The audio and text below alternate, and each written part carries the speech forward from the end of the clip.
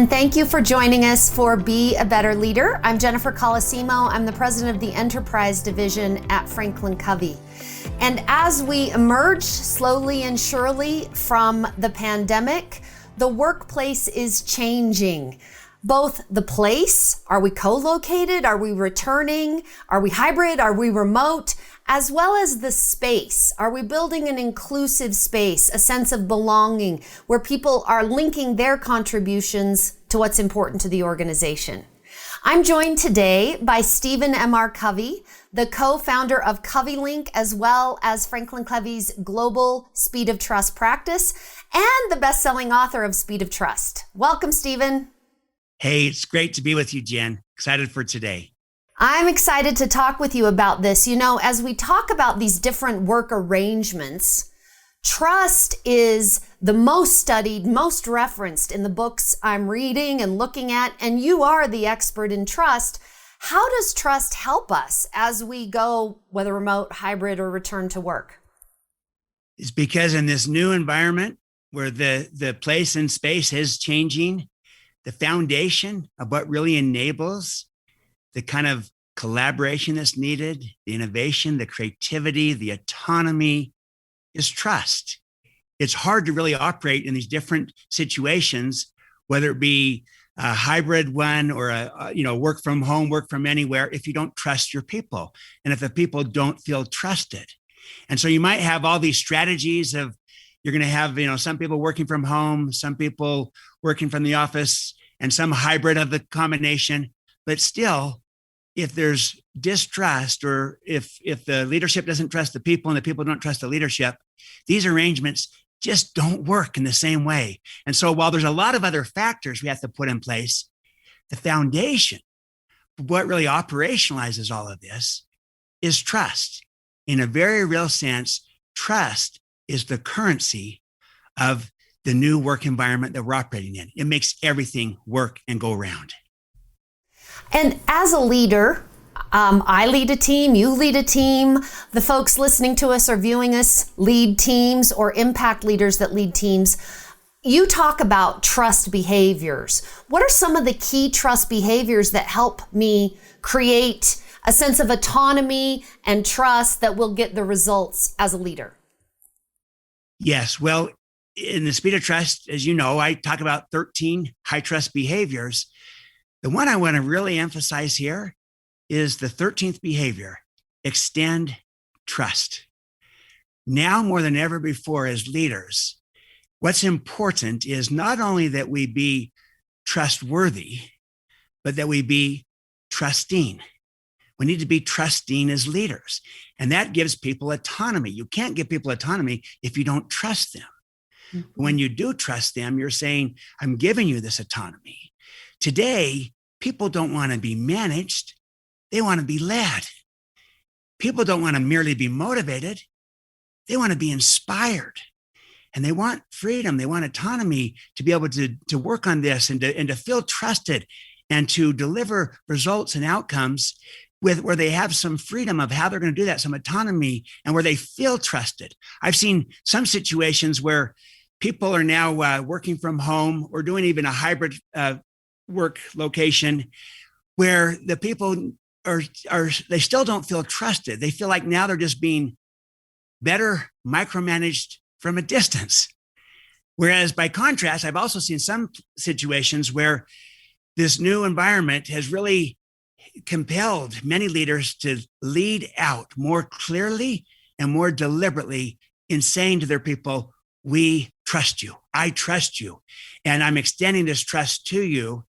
And then people are responding to it and they're rising to the occasion. They're performing better and they're reciprocating, giving the trust right back. So there's a lot of important behaviors, but I'd say the most important of them all right now in this new environment is to extend trust, to be trusting as a leader, as well as being trustworthy. And we put maybe a lot of emphasis on the trustworthiness side, not near enough on the trusting side. And it's equal.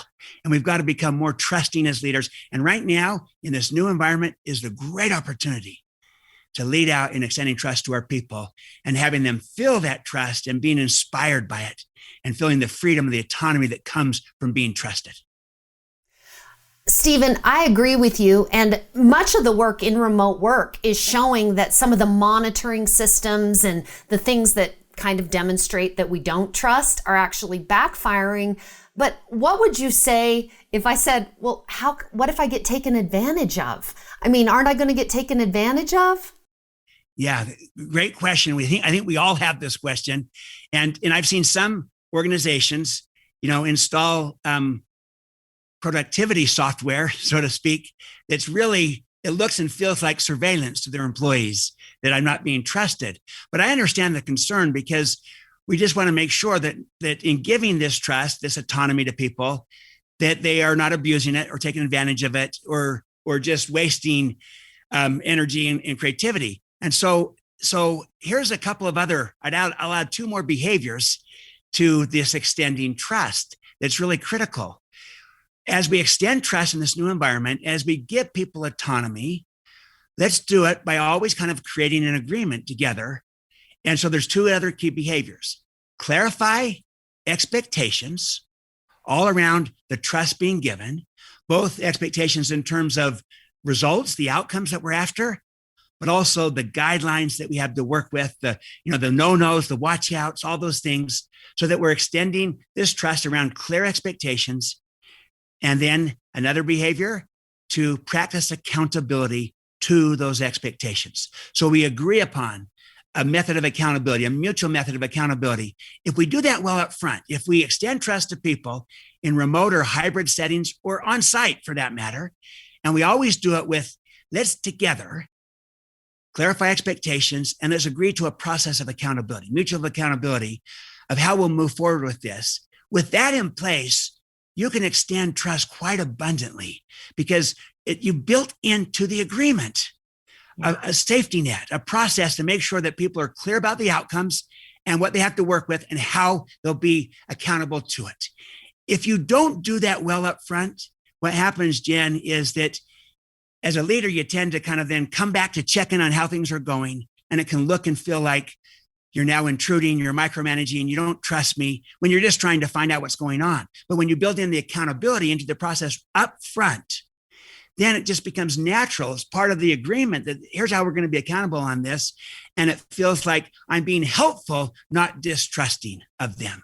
And so the key is to create an agreement up front, extend trust with clear expectations and an agreed upon process for accountability. You do that well up front, it is remarkable the kind of results that you achieve. Can I just share one example of this? Please. Just earlier this week, I did an online event for the senior management team of a big global services company. I can't share who it is, but a big company operating all around the world. And we talked about the importance right now more than ever before of being trusting in this new environment. And the CEO made these comments. Not only is this a happier way to operate for our employees, because people like being trusted, they respond to it, they like having autonomy, and they respond to that inspires them. So it is a better way to live and to operate and to lead. But also, he said, it's amazing the kind of results that we're getting, the outcomes that we're getting, because people are inspired to produce better work than ever before in new ways, in creative ways, in innovative ways. And they're coming up with ideas we never even thought of that are very creative. And it's because we haven't dictated the methods to them. We've given them autonomy. We've trusted them with clear expectations and accountability, and they respond in all kinds of ways that are filled with ingenuity and creativity and innovation. And we're now far more innovative than we've ever been before. And so I think you can get greater outcomes. I think you can have more creativity and innovation.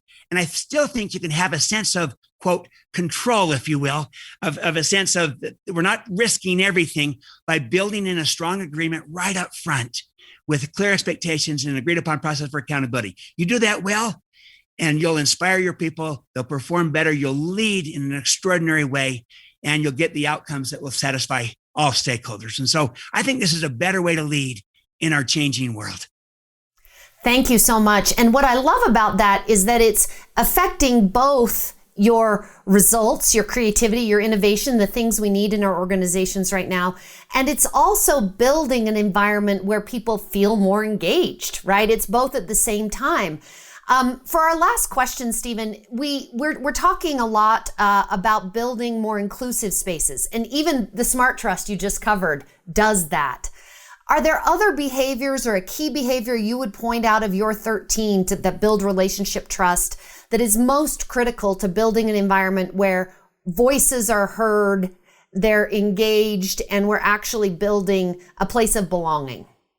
This is critical today. It's always been critical, but never more so than right now. Yes, let me highlight 2 key behaviors for this, and they work hand in glove. Listen first and demonstrate respect for what you hear.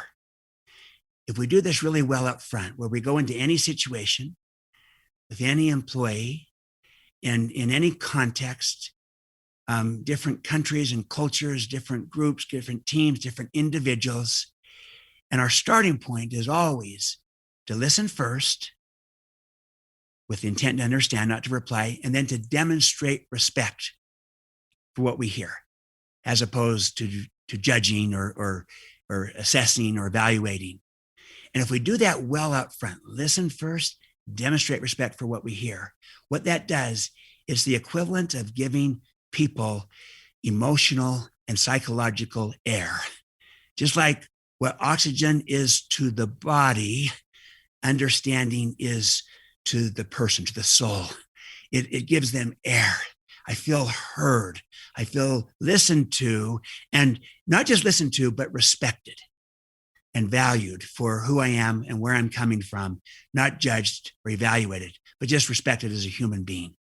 And it's a great starting point, and it helps build trust. It puts us on the same page, the same team. We do create that sense of belonging and being part of an inclusive team, an inclusive culture. Why? Because we listen first, we demonstrate respect for what we hear. With that as a foundation, now our differences can truly become our greatest strengths because we celebrate them, we run with them, we recognize that it is the interplay of these differences in this environment of trust with listening and with respect that enables those differences to turn into creativity, into innovation, into all kinds of possibilities that we could never achieve without them. But the key to the differences coming alive and being seen as strengths and being run with as a strength is to build a level of trust. 2 key behaviors for doing that: listen first, demonstrate respect for what you hear.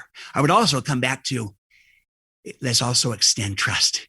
We got to be more trusting of each other. Perhaps the strongest unconscious bias we have is deciding who we extend trust to, and extending trust to everyone, leading out with this in a smart way, smart trust, where we assess the situation, the risk, the credibility, but our bias, our desire, our tendency is to lead out with trust. It opens up possibilities because people respond to that. It ignites the fire within, and they want to give it back, and they perform better. And so to be trusting, I think, is maybe the lead behavior that we need today in our changing world. Thank you so much, Stephen. It has been a pleasure. And thank you for joining us on Be a Better Leader. It's always great to be with you, Jen. Thank you very much.